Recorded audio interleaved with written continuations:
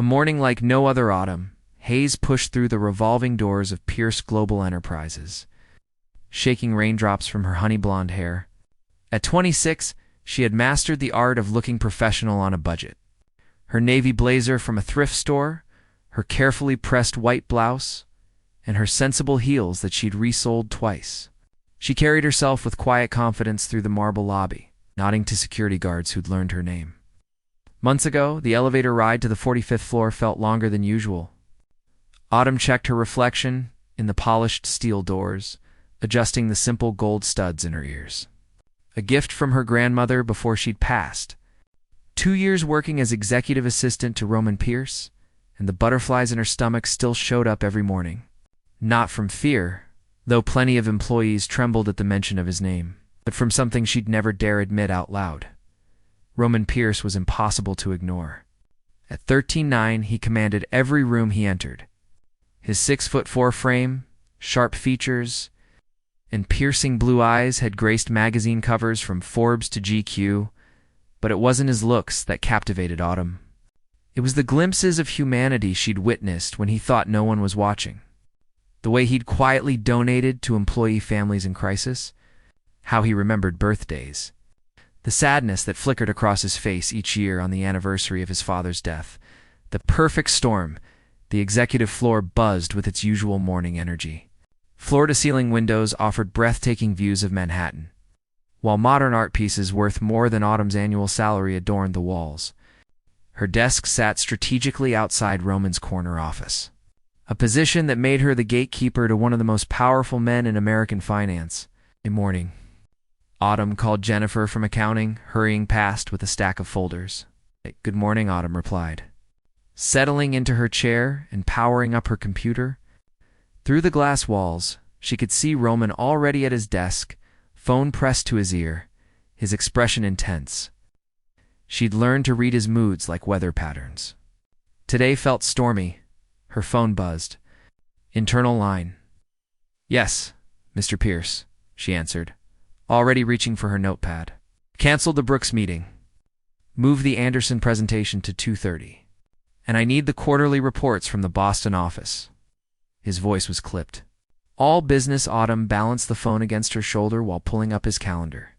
Her coffee sat precariously close to her keyboard. She reached for the Anderson file with her free hand, trying to juggle everything at once. "Of course. Should I also pull the projections for next quarter? I have them ready if you need them." That's when disaster struck. Her elbow knocked the coffee cup. Hot liquid splashed toward her keyboard. In her panic to save her computer while holding the phone and files, the words tumbled out without thought. "Yes, baby. I mean, Mr. Pierce?" The silence that followed was deafening. Autumn's face burned crimson as she realized what she'd just said. Her heart hammered so violently she could feel it in her throat. The coffee dripped forgotten onto her desk as she clutched the phone with white-knuckled fingers. "I am so sorry, sir," she stammered. "That was completely inappropriate. I don't know what I was thinking. It just slipped out. I apologize. It will never happen again." The quarterly reports, Autumn. His voice was quiet, controlled, unreadable. "That's all." The line went dead. Aftermath. Autumn set the phone down with trembling hands, her mortification complete. In 2 years of flawless professionalism, she'd never made such a personal slip. She'd been the model of efficiency, calm, invisible when needed. And now she'd called the most formidable CEO in Manhattan, baby. Like they were something they absolutely were not. Through the glass wall, she watched Roman set down his phone. He sat motionless for several long seconds, staring at nothing. Then his eyes found hers. The look he gave her made her breath catch. It wasn't anger or disgust like she'd expected. It was something else entirely. Something that made her pulse race for entirely different reasons. His gaze held hers for what felt like an eternity. Before he looked away, running a hand through his dark hair in an uncharacteristic gesture of uncertainty, Autumn quickly busied herself, cleaning the coffee spill and gathering the quarterly reports. She had to fix this. Had to apologize properly and explain that it was just a meaningless mistake. But as she prepared to face him, her hands still shaking, One thought kept echoing through her mind. Why had he looked at her like that? And why did her heart skip when he did? The confrontation she knocked softly on his door. The reports clutched against her chest like armor. Come in. His office was a reflection of the man himself. Sleek, powerful, commanding. Floor-to-ceiling windows overlooked Central Park. Expensive artwork lined the walls. Everything from his mahogany desk to the leather chairs screamed success and control. Roman stood with his back to her, hands clasped behind him, gazing out at the city's skyline. The quarterly reports. Sir? Her voice came out steadier than she felt. He turned slowly, and Autumn's breath caught. Up close, Roman Pierce was even more imposing. His blue eyes held an intensity that made her knees weak, and there was something different about his expression. The usual mask of cold professionalism had cracked, revealing something raw underneath. Set them on the desk, he said, his voice lower than usual. Almost gentle, Autumn approached carefully, hyper-aware of every movement. As she placed the files down, their fingers brushed accidentally. The contact lasted only a heartbeat, but electricity shot through her entire body. She jerked her hand back like she'd been burned. Autumn. Her name on his lips sounded different somehow. Yes, sir? About earlier. I already apologized, Mr. Pierce. I don't know what came over me. I was juggling too many things and the word just slipped out. It didn't mean anything. Roman studied her face, those penetrating blue eyes seeming to see straight through to her soul. You called me baby, the way he said it. Not accusatory, but almost curious. Made her stomach flip. It was a reflex. She managed. Sometimes when I'm distracted, words just come out. It happens with my family sometimes. We use casual terms of endearment. It's a small town thing. It doesn't mean anything at all. Something flickered across his features. Was that disappointment? He moved closer. Too close. She could smell his cologne, something expensive and masculine that made her head spin. Doesn't it? His voice was barely above a whisper. Breaking down walls, Autumn's heart pounded so loudly she was certain he could hear it. She took a small step back, but he matched it with one forward. They were playing some dangerous game, and she was completely out of her depth. I should get back to work, she said. The Brooks meeting needs to be rescheduled, and the Anderson presentation requires final review before this afternoon. Autumn. He said her name like a command and a prayer at the same time. Do you know what people say about me? She nodded mutely. Everyone knew the stories. Roman Pierce was brilliant, but cold. Ruthless in business. The tabloids called him the Ice King of Wall Street. No one had ever seen him in a real relationship. He kept everyone at arm's length. Then you know, I don't do gentle, he continued, stepping even closer. I don't do sweet words or tender moments. I built my entire empire on control and distance. I know, she whispered. So why? His hand came up to almost touch her face, hovering millimeters from her cheek. Can't I stop thinking about the way that word sounded coming from your lips? The world tilted beneath Autumn's feet. This wasn't happening. The Roman Pierce she knew didn't say things like this. Didn't look at his assistant like she was something precious and breakable before she could respond. His phone rang, shattering the moment. Roman stepped back instantly, the professional mask sliding into place so quickly it left her dizzy. He answered with his usual brusque efficiency. But Autumn caught him glancing at her throughout the conversation. She fled to her desk, her legs unsteady, her mind reeling. For the rest of the morning, she tried to focus on her work, but it was impossible. Every time she looked up, she found Roman watching her through the glass wall. Not with the cold, calculating gaze she was used to, but with something warmer. Something that made her pulse race and her breath catch. The invitation by late afternoon. The entire office buzzed with speculation. Their boss seemed different today. Less harsh. More human. He'd actually said please when asking for coffee, something that had never happened in recorded history.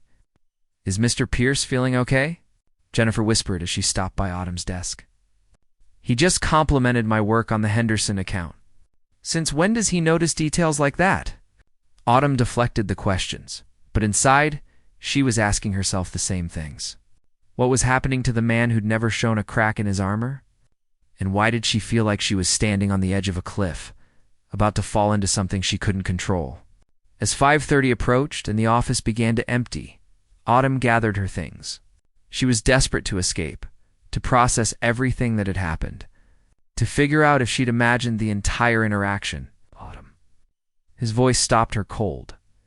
She looked up to find Roman standing in his doorway. Tie loosened, the top button of his shirt undone, he looked less like the untouchable CEO and more like a man on the edge of something dangerous.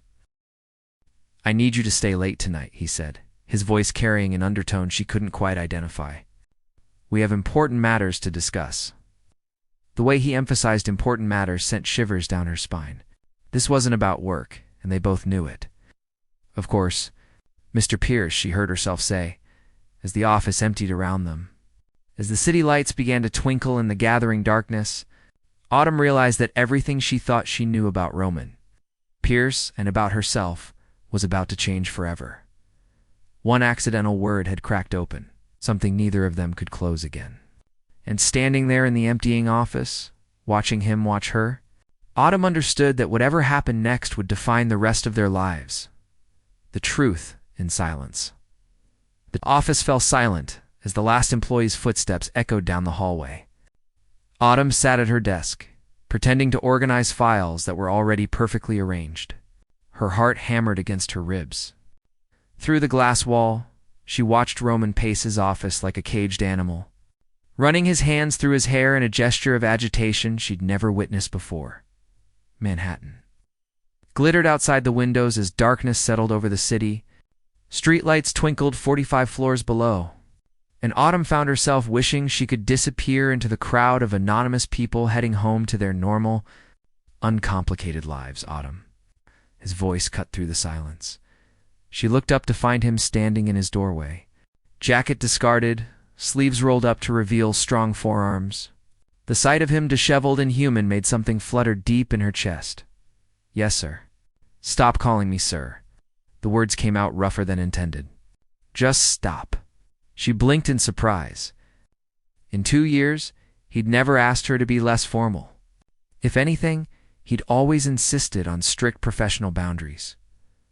"I don't understand, Mr. Pierce." "Roman." He stepped closer to her desk, his blue eyes intense. "That word you said this morning, it's been echoing in my head all day.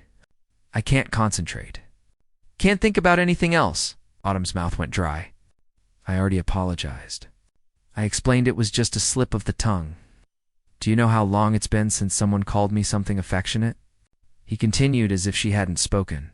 "Since someone looked at me with genuine warmth, instead of fear or calculation or want." She shook her head mutely, mesmerized by this vulnerability she'd never seen before. "Breaking point 17 years. His voice was barely above a whisper. 17 years since my father died and told me he was proud of me. Since then, it's been nothing but Sir and Mr. Pierce and people wanting something from me." Autumn felt her heart crack.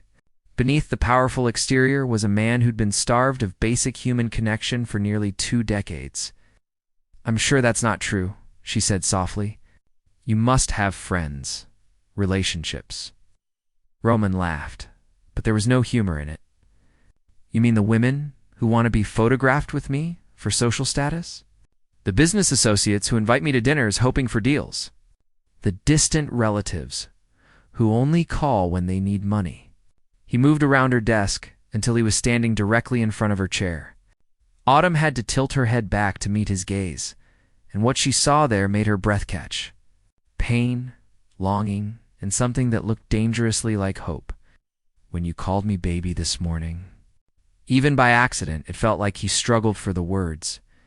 Like someone had turned on a light in a room I'd forgotten existed. Roman. His name slipped out before she could stop it.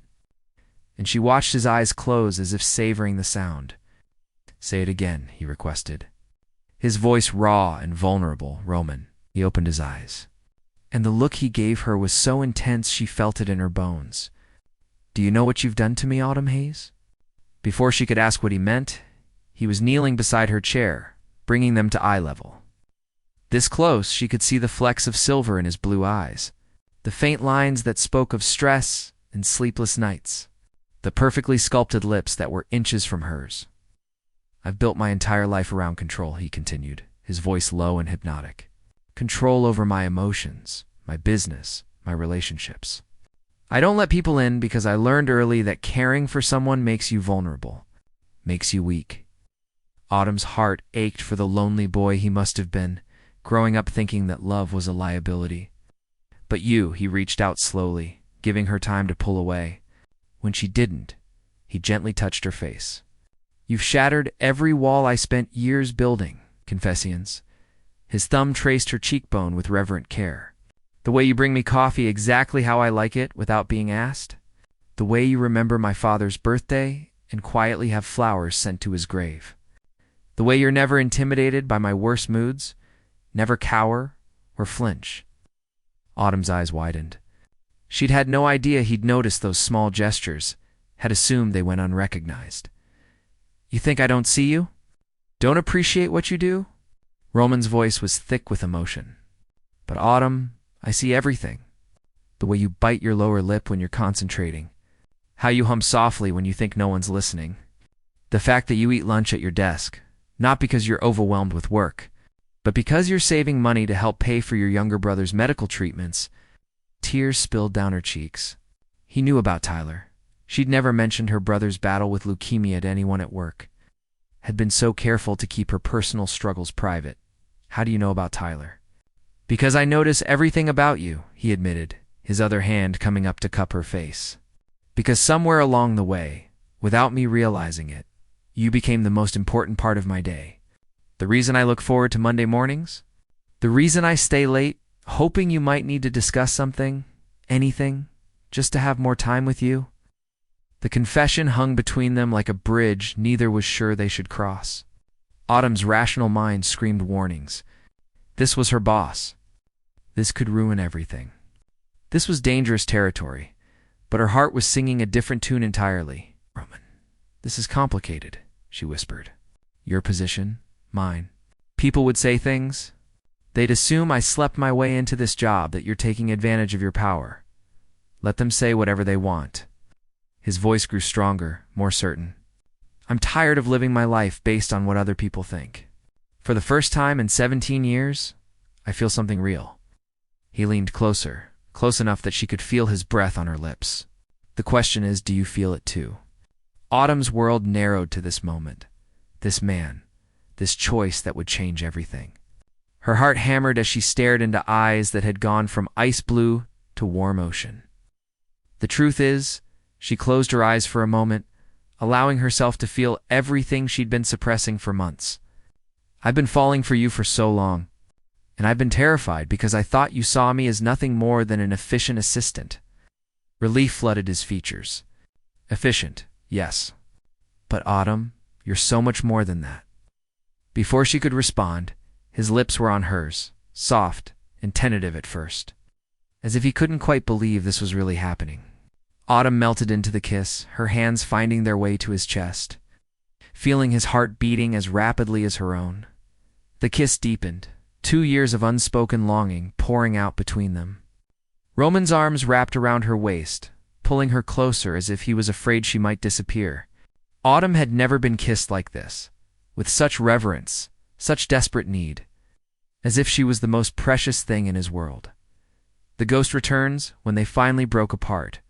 Both were breathing heavily. Roman rested his forehead against hers, his eyes closed. "I've wanted to do that for so long," he confessed. "How long?" Autumn asked, still dizzy from the kiss. "Do you remember last year's company holiday party? The one at the plaza?" She nodded. It had been an elegant affair with crystal chandeliers and champagne fountains. "We're by the window talking to someone from the mailroom about his daughter's college acceptance. You had this smile on your face, pure, genuine joy for someone else's happiness, and I realized I'd never seen anything more beautiful in my life." Autumn's heart swelled. She remembered that moment, how she'd caught him watching, her from across the room with an expression she hadn't been able to interpret. "But you barely spoke to me that night," she said, "because I was terrified of what I was feeling." His hands framed her face again, I told myself it was inappropriate, that I was reading too much into your kindness. But then this morning happened, and I couldn't pretend anymore. A comfortable silence settled between them as they simply looked at each other.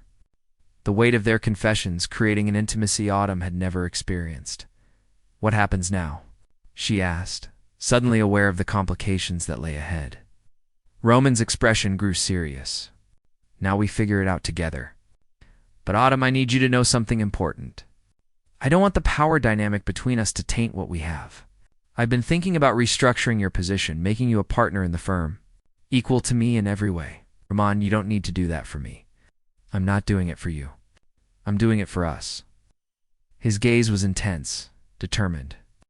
"I refuse to have our relationship questioned or diminished by office politics. If we're going to do this, we're going to do it right." Before Autumn could respond, Roman's phone buzzed with an urgent message. His expression darkened as he read it.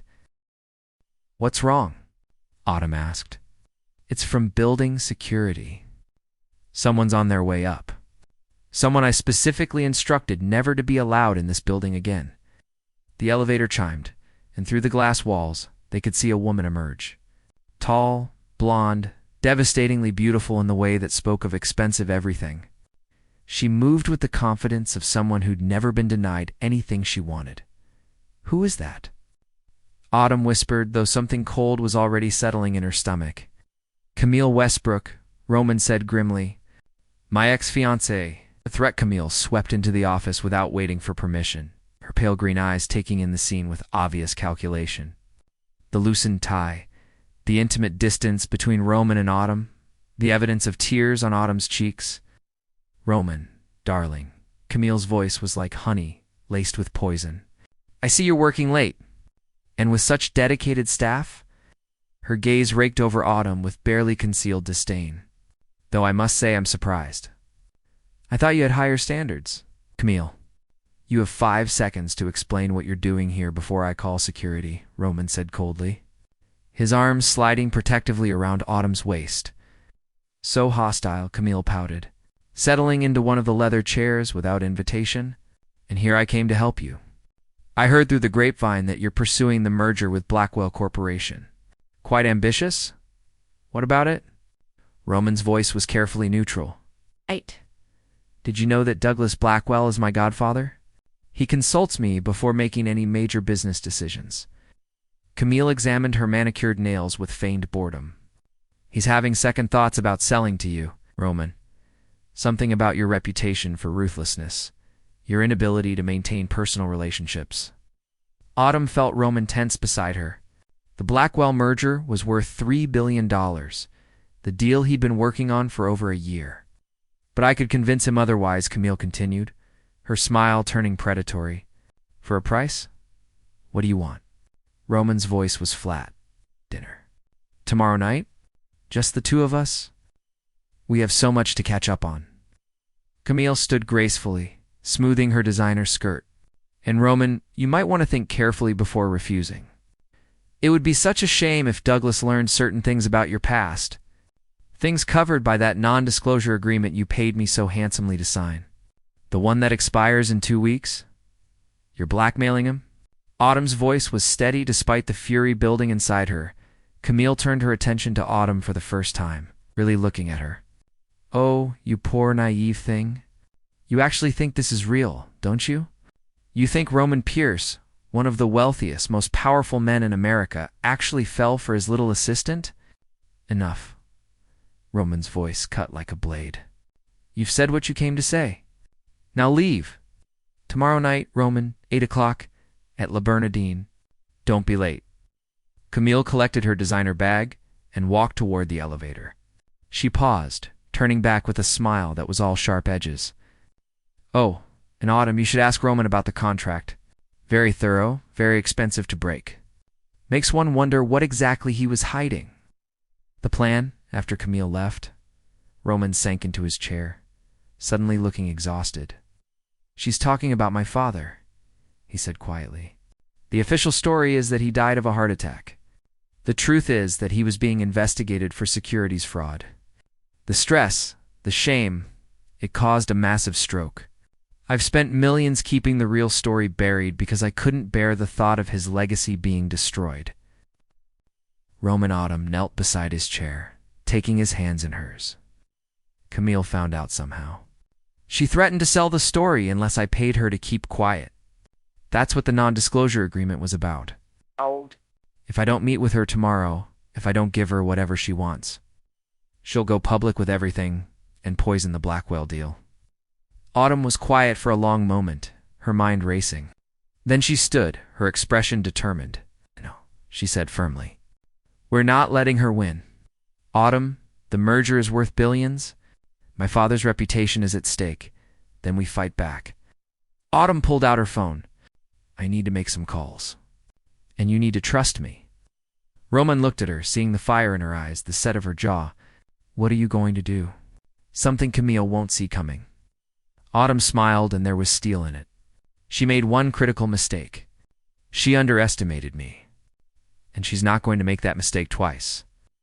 The next 18 hours were a blur of phone calls, research, and careful planning. Autumn reached out to contacts she'd made over 2 years of managing Roman's schedule, called in favors, and dug into public records with the tenacity of a detective. By the time 8 o'clock rolled around the following evening, Autumn stood outside La Bernardine in a simple black dress, her heart pounding but her resolve unwavering. She'd spent the day uncovering Camille's secrets, and what she'd found would change everything. Through the restaurant windows, she could see Roman sitting at a corner table, his posture rigid with tension. Camille sat across from him, leaning forward with predatory satisfaction. Autumn took a deep breath and walked inside. The confrontation— I'm sorry I'm late, Autumn said pleasantly, pulling out the empty chair beside Roman. Traffic was terrible. Camille's face went white, then red with fury. This is a private dinner. Actually, Autumn settled into her chair with a confidence she'd never felt before. I think this concerns me directly.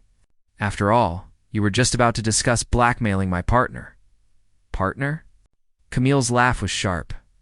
Is that what he's calling you now? Autumn reached into her purse and pulled out a manila folder, setting it on the table with deliberate care. Let's talk about Douglas Blackwell, shall we? You said he's your godfather. He is, Camille said. But uncertainty flickered in her eyes. That's interesting. Because Douglas Blackwell doesn't have a goddaughter. Autumn opened the folder, revealing documents, bank statements, and legal papers. What he does have is a debtor. You, Camille? You owe him $4 million from a loan you took out 2 years ago to cover your gambling debts. The silence at the table was deafening.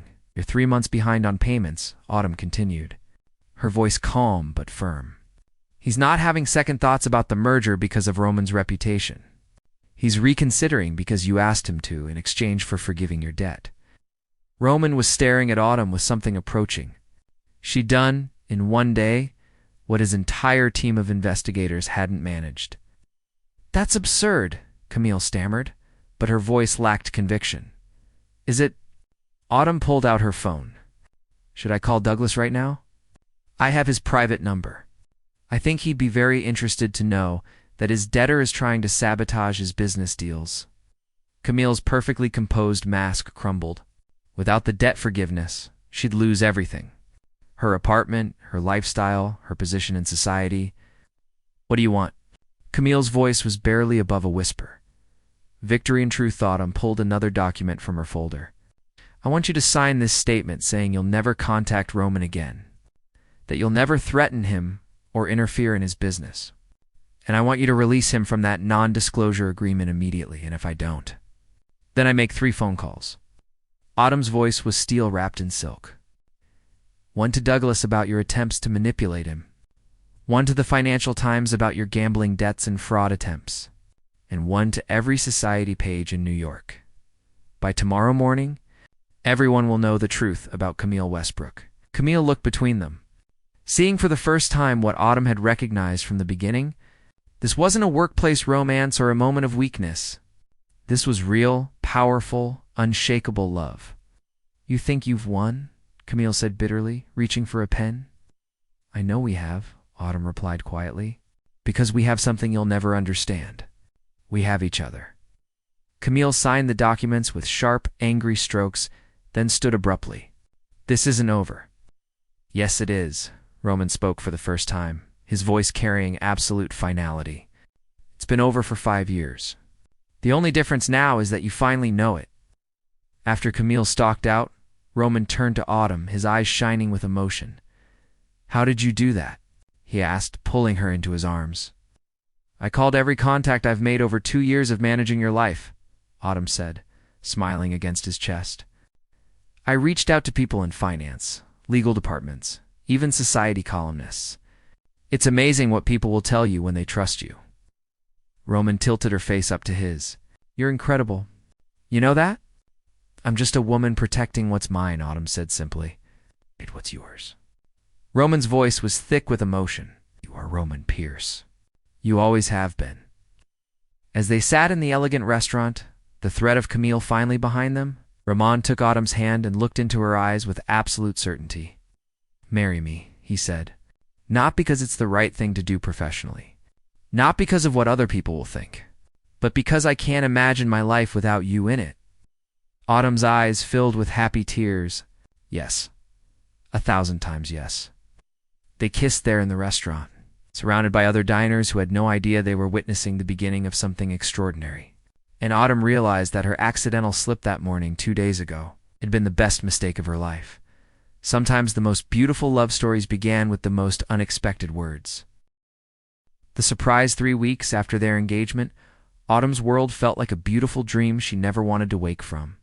The Blackwell merger had been finalized without a hitch, making Pierce Global one of the most powerful investment firms on the East Coast. More importantly, her relationship with Roman had deepened into something that felt unshakable. She now worked from a corner office on the same floor as Roman's, with the title of senior partner and a salary that made her mother cry tears of joy over the phone. But the real change was in the small moments. How Roman would bring her coffee in the morning. The way he'd find excuses to stop by her office just to steal a quick kiss. The texts he'd send during boring meetings that made her laugh out loud. It was a Thursday morning when everything shifted again. Autumn was reviewing investment portfolios when nausea hit her like a freight train.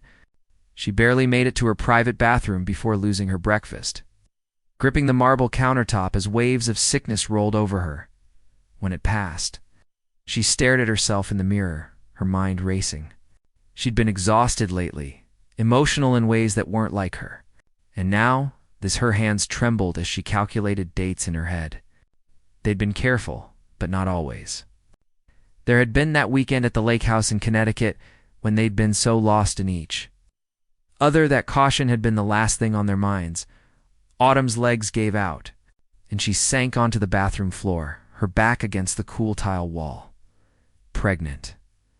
She was almost certainly pregnant with Roman Pierce's baby. The thought should have terrified her. They'd only been together as a couple for less than a month. This was too fast, too much, too soon. But as she placed a hand on her still flat stomach, the only emotion she could find was a bone deep joy that surprised her with its intensity. The confessionnaire soft knock on her office door interrupted her thoughts. "Autumn, are you all right?" Roman's voice was filled with concern.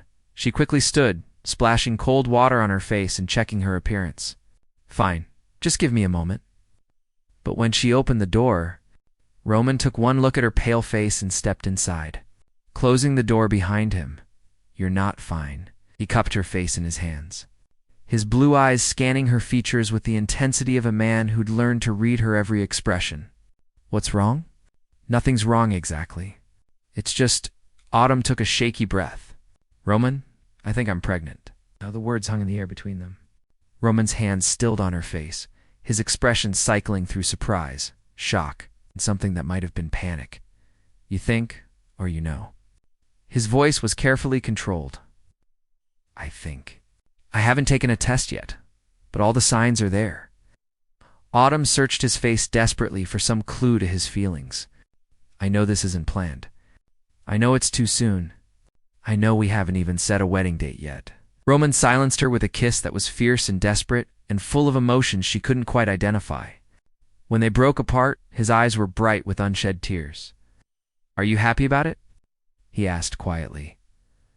Autumn's answer came from somewhere deep in her soul, terrifyingly happy. A smile broke across Roman's face like sunrise after a long night. Good, because I'm absolutely terrified and completely over the moon at the same time. Confirmation relief flooded through Autumn so intensely she thought she might collapse. Really? Really? Pulled her against him, holding her so tightly she could feel his heart racing against her chest. Autumn, I love you so much. The thought of having a family with you, of seeing you carry my child. God, I never thought I'd want something this much. They held each other in the middle of her office, both overwhelmed by the magnitude of what was happening. A baby. Their baby. We should probably confirm it, Autumn said eventually, her voice muffled against his chest. We should, Roman agreed. But he made no move to let her go. 2 hours later, they sat in Autumn's bathroom, staring at a small plastic stick that would determine their immediate future. 3 minutes had never felt so long. Whatever it says, Roman murmured, holding her hand. We're going to be okay, I know, Autumn said, and she meant it. With this man beside her, she could face anything. The timer on her phone chimed. Autumn picked up the test with trembling fingers, her heart hammering as she read the result. A smile broke across her face, so radiant it seemed to light up the entire room. Well? Roman's voice was barely a whisper. We're having a baby, Autumn said. Tears of joy streaming down her cheeks, Roman let out a sound between a laugh and a sob, lifting her off her feet and spinning her around the bathroom. When he set her down, his hands immediately went to her stomach with a reverence that made her heart overflow. Hello, little one, he whispered to her belly. I'm your dad, and I already love you more than you'll ever know. Autumn had never loved him more than in that moment. Seeing this powerful, guarded man reduced to wonder by the promise of their child. Planning forever, how do you feel about a Christmas wedding? Roman asked, his hands still resting on her stomach. Christmas? Autumn laughed. That's only 6 weeks away. I don't want to wait any longer than necessary to make you my wife, he said seriously. Besides, our baby should be born to married parents. Very traditional of you, Mr. Pierce. Very practical of me, future Mrs. Pierce. His smile was brilliant. I want the whole world to know you belong to me, and I belong to you. As they stood there in her bathroom, holding each other and their shared secret, Autumn realized that sometimes the best surprises were the ones that changed everything. Over the next 6 weeks, their lives became a whirlwind of wedding planning, doctor's appointments, and navigating the early stages of pregnancy.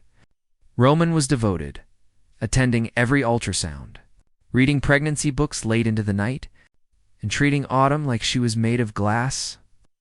I'm pregnant, not broken, she laughed one evening when he insisted on carrying her files to her office. You're carrying my child, he replied seriously. That makes you the most precious thing in my entire world. The announcement of their engagement and Autumn's new position as senior partner had sent ripples through the business world. Some praised Roman for recognizing talent. Others whispered about impropriety. But Roman and Autumn faced it all together, their love stronger than any gossip. Tyler. Autumn's younger brother was finally in remission, his treatments successful. Roman had quietly paid for the best specialists, refusing to let Autumn thank him. Family takes care of family, he'd said simply. And Tyler is my family now. Christmas Eve arrived in Manhattan with a gentle snowfall that transformed the city into a winter wonderland. Autumn stood in the bridal suite at the plaza, her hands pressed against the window as she watched snow dust the streets below. In a few hours, she would become Mrs. Roman Pierce, and the thought filled her with such overwhelming happiness she could barely breathe. You're glowing, her best friend Grace said from behind her, putting the finishing touches on Autumn's hair. That's what love and pregnancy do to you. I still can't believe this is real, Autumn replied, turning to look at herself in the full-length mirror. The wedding dress was perfect, ivory silk that flowed like water over her slightly rounded belly, delicate lace sleeves, and a train that whispered against the floor when she moved. Roman had wanted to buy her something elaborate and expensive, but Autumn had chosen this dress for its simple elegance, its timeless beauty. He's going to lose his mind when he sees you, Grace said with a grin. adjusting the antique diamond necklace that had belonged to Roman's mother. Something old, borrowed from his heart. A soft knock interrupted them, and Autumn's mother, Catherine, peeked in. At 55, she was still beautiful, with silver threading through her honey blonde hair and laugh lines that spoke of a life well lived. "The cars are here." "Sweetheart," Catherine said, tears already threatening. "Are you ready?" Autumn looked at herself one more time. The woman in the mirror was radiant, confident, glowing with love and the secret of new life. She bore a little resemblance to the uncertain assistant who had stumbled over the word baby just 2 months ago. "I'm ready," she said, meaning it with every fiber of her being. The ceremony was being held at St. Patrick's Cathedral. A grand but intimate choice that Roman had selected because it was where his parents had married 40 years earlier. As Autumn stepped out of the car, her breath caught at the sight of the Gothic architecture decorated with white roses and twinkling lights, looking like something from a fairy tale. "Remember to breathe," Grace whispered as they arranged Autumn's train at the church entrance. The organ music began.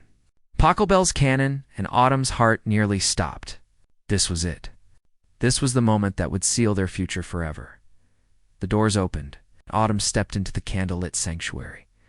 The cathedral was filled with their closest friends and family. But Autumn only had eyes for the man waiting for her at the altar. Roman stood tall in his perfectly tailored black tuxedo, his dark hair slightly tousled as if he'd been running his hands through it. When their eyes met, his face transformed with such pure joy that Autumn felt tears prick her eyes. She walked toward him slowly, savoring every step, every moment of this perfect day. Halfway down the aisle, Roman stepped forward, unable to wait any longer, extending his hand to her. "You're the most beautiful thing I've ever seen," he whispered as she took his hand, his voice thick with emotion. "You clean up pretty well yourself," she whispered back, making him laugh despite the tears she could see in his blue eyes. The vows. Ceremony passed in a blur of candlelight and whispered vows, of promises made and love declared before God and witnesses. But the moment Autumn would remember for the rest of her life came when Roman spoke his personal vows. "Autumn," he began, his voice strong and clear despite the emotion behind it. "2 months ago, you called me baby by accident. But there are no accidents in love, are there? That slip of the tongue was your heart recognizing what your mind wasn't ready to accept yet, that we belonged together." Autumn's tears were flowing freely now, and she didn't care about her makeup or the people watching. "You saw through every wall I'd built, every defense I'd erected, and you loved me anyway. Not the successful businessman, not the wealthy CEO, but the man who is afraid to hope, afraid to feel, afraid to love." His voice broke slightly. "You taught me that love isn't weakness. It's the greatest strength there is." He paused, gathering himself, his hands holding hers like lifelines. "I promise to love you not just when it's easy, but when it's hard. Not just when you're happy, but when you're sad. Not just when we're celebrating, but when we're struggling. I promise to be your partner, your protector, your best friend, and the father our children deserve." Roman reached into his jacket and pulled out a small velvet box, opening it to reveal a stunning ring.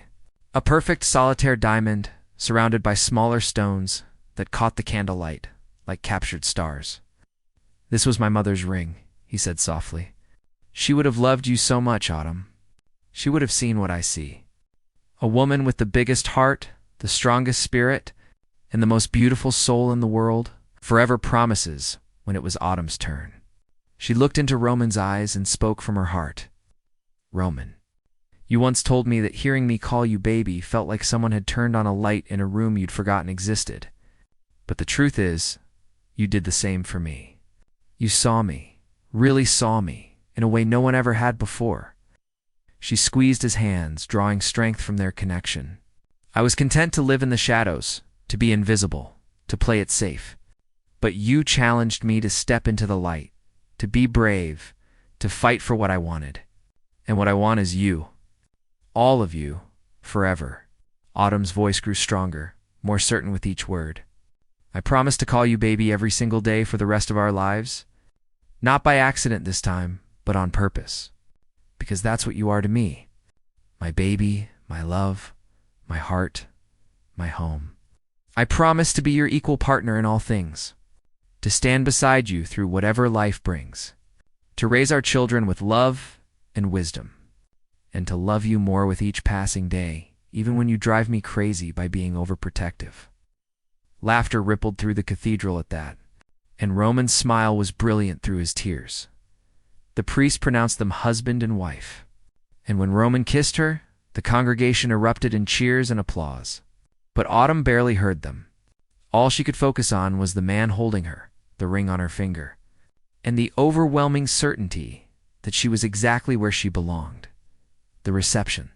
The reception was held in the plaza's grand ballroom, transformed into a winter wonderland with white flowers, crystal chandeliers, and candles that cast everything in a warm, romantic glow. During their first dance, Roman held Autumn close, one hand protectively on her stomach. "How are you feeling?" he murmured against her hair. "Not too tired?" "I'm perfect," Autumn replied honestly. "This day has been perfect." "It has," he agreed, "though I'm most looking forward to what comes after. The honeymoon in Bali? That, and spending the next 60 years with you. Watching you grow round with our baby. Building a family together. Growing old and gray, and watching our grandchildren play." Autumn pulled back to look at him, seeing their entire future reflected in his eyes. "I love you." "Roman Pierce," she said. "I love you, Autumn Pierce," he replied, and the sound of her new name made her heart soar as they danced under the glittering chandeliers. Surrounded by everyone they loved, Autumn thought about the journey that had brought them here. One accidental word, one slip of the tongue, one moment of vulnerability that had cracked open both their hearts,